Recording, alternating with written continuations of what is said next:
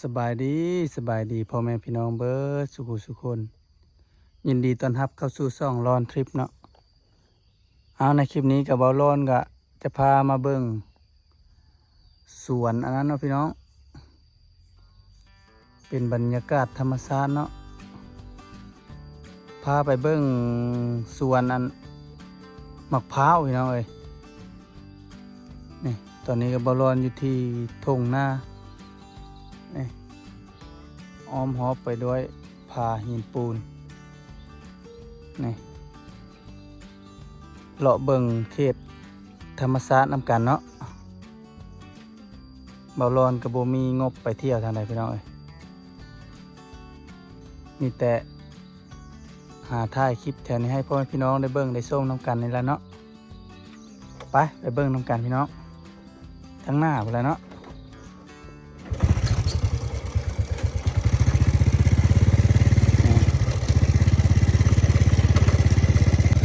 มะพร้าวที่ใหญ่ที่สุดในหมู่บ้านเลยพี่น้องนี่เป็นโครงการเนาะเป็นบริษัทจะมาเฮ็ดอยู่แคมป์ผาเลยนะโอ้มันกำลังสีใหญ่พี่น้อง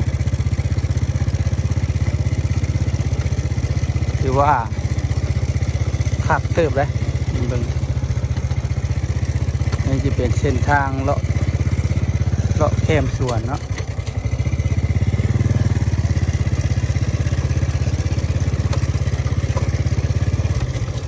นี่มีไฟโซลาร์เซลล์มีอย่างดีเนาะมีแต่ผ้าเบิ่งเลาะออมสิ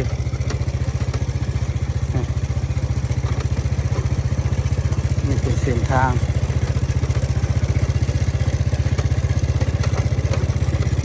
กว้างเติบพี่น้องเลยงัวเจ้าเลี้ยงหน่อยนี่พี่น้องเป็นสวนมะพร้าวข้างๆมันก็เป็นดำหน้าใส่พี่น้องเห็ดข้าวใส่เลยเนาะเป็นข้าวนาแซง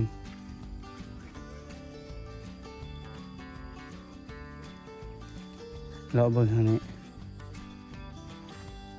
โอ้ถือว่าคักนี่ต้นมะพร้าวงามๆเลยเนาะ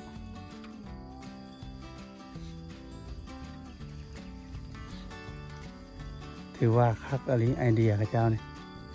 เฮ็ดห้องปลูกข้าวใช่เนาะนี่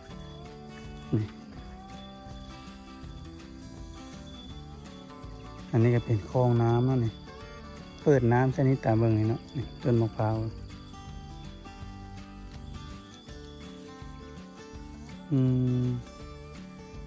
ยาวไปเขาพูดเลยพี่น้องประมาณ6-7 ปีไปเลยเนาะตอนนี้น่าจะยังบ่ทันได้เป็นมากพี่น้องอีกประมาณ2-3 ปีมันบ่จักน่าจะเป็นแนวพันธุ์เตี้ยเนาะนี่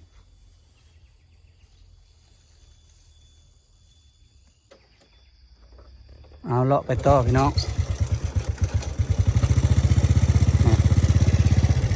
เขตนี้ก็จะเป็นเขตบ้านถ้ำเนาะพี่น้องนี่บ้านถ้ำเมืองท่าแขกแขวงขมวนธรรมศาสตร์อ้อมหอบบ้านเนาะนี่จะอยู่แถวๆใกล้ๆบ้านนี่แหละพี่น้องนี่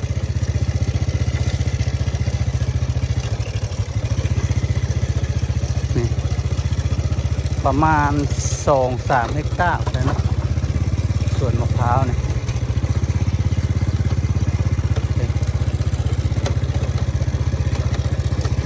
เอาเลาะไปอีก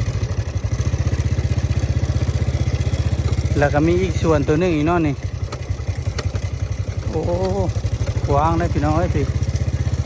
เจ้าเฮ็ดมาหมดปีแล้วบัดนี้เป็นหนองสระอีกเนาะพี่มีเบี้ยมักหุ่งกระดกขนาดพี่น้องเต็มต้นเลยเนาะต้นนะโอ้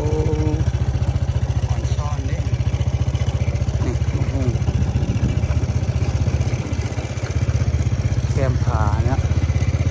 พระเจ้าดุดนี่ถ้าพระเจ้าสิปลูกอย่างเนาะ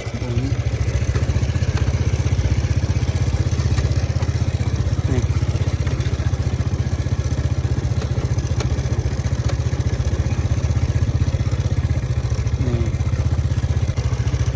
บางห้องนี่พี่น้องดกเลยเนาะโอ้แนวพันธุ์มันนี่คักเนาะบางห้องนี่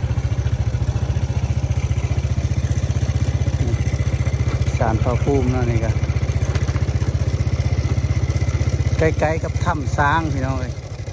สามารถเบิ่งคืนได้ถ้ำช้างบ่รอนะลงอยู่เนาะคลิปถ้ำช้างอยู่ที่เมืองท่าแขกแขวงคำม่วนนี่อีกประมาณ2 มื้อเนาะก็จะมีบุญบังไฟพี่น้องเลยเดี๋ยวพาเบิ่งบ่อนเขาเจ้าจุดบังไฟเลยมื้อฮื้อเนาะบุญนี่บุญบังไฟบ้านถ้ำเมืองท่าแขกแขวงคำม่วนถ้าเบิ่งคลิปได้เนาะพี่น้องเดี๋ยวบอลอนจะมาถ่ายให้เบิ่งนี่อันนี้จะเป็นบรรยากาศแคมทำสางเนาะพูดอะไรพี่น้อยทำสางกันโอ้นี่เนาะเป็นมดเป็นหู้เนาะ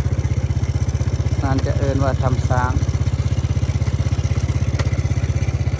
มาเบิ่งหานบังไฟน้ำกันน้ำบันโอ้ทางหน้าพอแล้วนะพี่น้องตอนนี้ข้าเจ้าก็มาลงมักสไลเดอร์อย่างท่าแล้วเนาะเพราะว่าอีกสองมื้อเนาะนับแต่มื้อนี้ไปก็จะเป็นบุญบังไฟแล้วนี่หานบังไฟ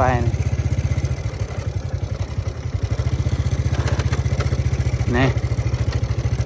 คนนี่เต็มเลยพี่น้องไอ้แท้นี่เดี๋ยวรอเบิ่งรอชมคลิปบอลลอนเอาลงให้เบิ่งเนาะนี่อันนี้จะเป็นถ้ำช้างเนาะนี่สามารถมาเที่ยวมาชมได้หรือว่าผู้ใดบ่ทันได้มากะเบิ่งคลิปบอลลอนก็ได้เนาะไปเบิ่งมุมพุ่นนะพี่น้องเบิ่งยืนอยู่ทางพุ่นมันจังเห็นมุมคักเนาะ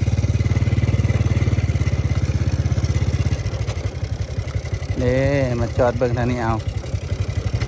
เวลามายืนเบิ่งบังไฟก็ยืนเบิ่งแถวนี้แหละ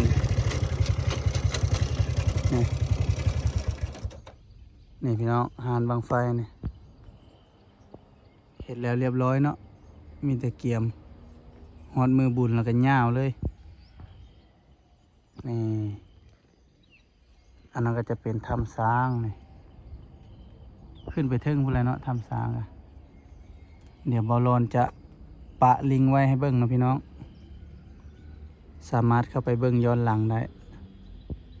นี่ลงมาลุ่มก็จะเป็นบ่อนเพิ่นเก็บปีขึ้นชมถ้ำเนาะนะนี่เลาะมาทางนี้ก็จะเป็นบ้านเฮือนคนเนาะ